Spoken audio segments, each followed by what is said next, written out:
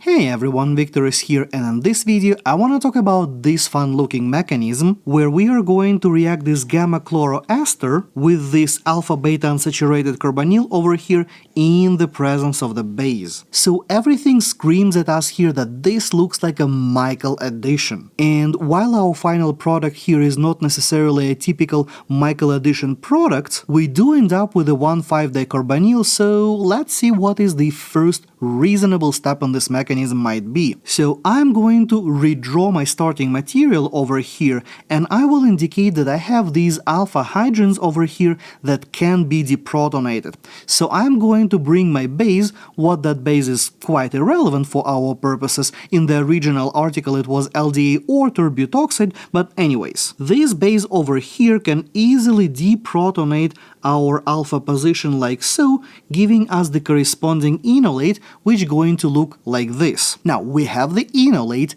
and we have the alpha-beta unsaturated carbonyl, so those two guys can react with each other. Enolate is going to be our Michael donor, or nucleophile if you like, and our alpha-beta unsaturated compound, our enone, that guy is going to be Michael acceptor, or an electrophile if you like.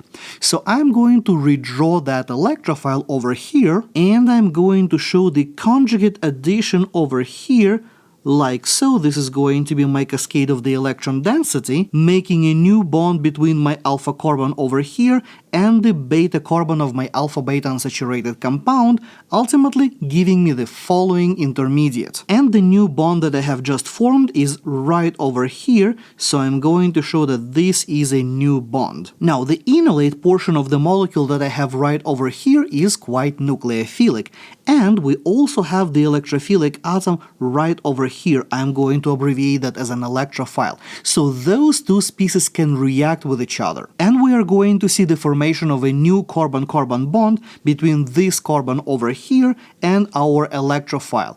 The way this molecule drawn though is a little bit awkward, so I'm going to rotate it around that bond over here and I will redraw it like so. Now it's going to be a little bit easier to see how this carbon and this carbon are going to make a bond. So I'm going to take these electrons, do my nucleophilic attack, kicking my leaving group out, which is chlorine in this case of course, giving me the following product, and the bond that we have just created is right over here, so I'm going to show that this is my new bond. And if I simply rotate this molecule in space, boom, I get my final product. So the trick in reactions like that is always double check if you can do another step on the mechanism and if the mechanism can keep on cascading, because for as long as you have a nucleophile and electrophile in the same molecule and nothing stops them from reacting with each other, well, they are going to react with each other. And if you want a little bit of a challenge for the next time, here is another reaction for you. What do you think is the reasonable mechanism for this reaction? Let me know in the comments below.